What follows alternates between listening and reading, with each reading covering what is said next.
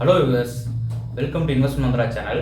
Fundamental analysis of stocks பற்றி பார்க்க போகிறோம். நம்பர் 1, இந்த ஸ்டாக்ஸ்னுடைய பிஸ்னஸ் பொசிஷன்ஸ் எப்படி இருக்குது.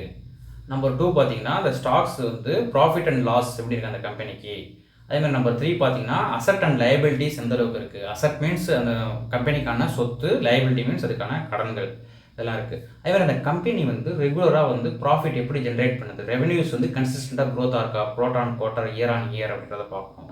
அப்புறம் நம்பர் 4 பார்த்தீங்கன்னா கம்பெனி வந்து ரெகுலராக ஆப்ரேட்டிங் ப்ராஃபிட் இருக்கா, year on year, quarter on குவார்ட்டரில் ஆப்ரேட்டிங் ப்ராஃபிட் இருக்கான்னு பார்க்கணும். அடுத்து நம்பர் 5 பார்த்தீங்கன்னா கம்பெனி வந்து கன்சிஸ்டண்ட்டாக நெட் ப்ராஃபிட் ஜென்ரேட் பண்ணிருக்கா, ஒரு கன்சிஸ்டன்ட் க்ரோத் இருக்கா நெட் ப்ராஃபிட்ன்றதையும் பார்க்கணும். நம்பர் 6 பார்த்தீங்கன்னா ஏர்னிங் பெர் ஷேர், அதாவது ஒரு ஷேருக்கு கிடைக்கக்கூடிய ஏர்னிங்ஸ் வந்து கன்சிஸ்டண்ட்டாக இம்ப்ரூவ் ஆகிட்டே போயிட்டு இருக்கணும்.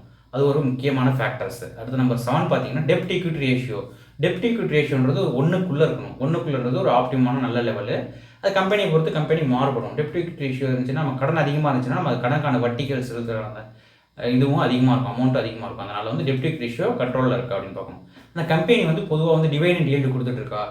நிறைய கம்பெனிஸ் டிவைடெண்ட் ஈல்டு கொடுக்கும், ஒரு சில கம்பெனிஸ்ல டிவைடெண்ட் ஈல்டு கொடுக்காது. ஏன்னா அந்த கம்பெனிஸ் அவங்களுக்கு வரக்கூடிய இன்கம் அவங்க பிஸ்னஸ்லேயே வந்து அதிக பணம் தேவைப்படுறதுனால அந்த பிஸ்னஸ் எக்ஸ்பான்ஸ் பண்ணுறதுக்காக டிவைடெண்ட் யூஸ் பண்ணிப்பாங்க. ஸோ ஒரு சில கம்பெனிஸ் வந்து பிஸ்னஸ் எக்ஸ்பான்ஸ் பண்ணுற ஐடியா இருக்காதனால டிவைடெண்ட் ஈல்டை வந்து ஸ்டாக் ஹோல்டர்ஸுக்கு ஒரு ரிவார்டாக கொடுத்துருவாங்க.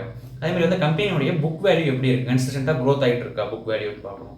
அதுமாதிரி அந்த கம்பெனியில் வந்து ப்ரொமோட்டர்ஸ், அதாவது அந்த ஓனர்ஸ் வந்து இந்த ஸ்டாக்ஸ்லாம் பிளட்ஜ் பண்ணி வச்சிருக்காங்களா, இல்லை பிளட்ஜ் பண்ணாமல் இருக்கான்றதையும் பார்த்துக்கணும். பிளட்ஜ் பண்ணாமல் இருந்தால் கம்பெனி வந்து ஒரு நல்ல கம்பெனி. ஸோ இந்த ஃபேக்டர்ஸ்லாம் நம்ம கன்சிடர் பண்ணி அந்த ஸ்டாக்ஸில் நம்ம இன்வெஸ்ட் பண்ணும்போது அந்த கம்பெனி வந்து ஃபண்டமெண்டலாக வந்து லாங் டேர்மில் மேலே போகிறதுக்கான வாய்ப்புகள் நிறையவே இருக்குது. ஸோ கீழே இருக்கிற வாய்ப்புகள் இல்லை. எப்பயுமே நம்ம ஒரு ஸ்டாக்ஸ் பிக் பண்ணும்போது ஃபண்டமெண்டல் அனாலிசிஸ் பேஸ் பண்ணி பிக் பண்ணோம்னா அது ரொம்ப பெட்டராக இருக்கும்.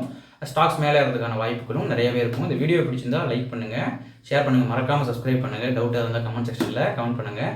பாய் வியூவர்ஸ், மற்றொரு வீடியோவில் சந்திக்கலாம். பாய்.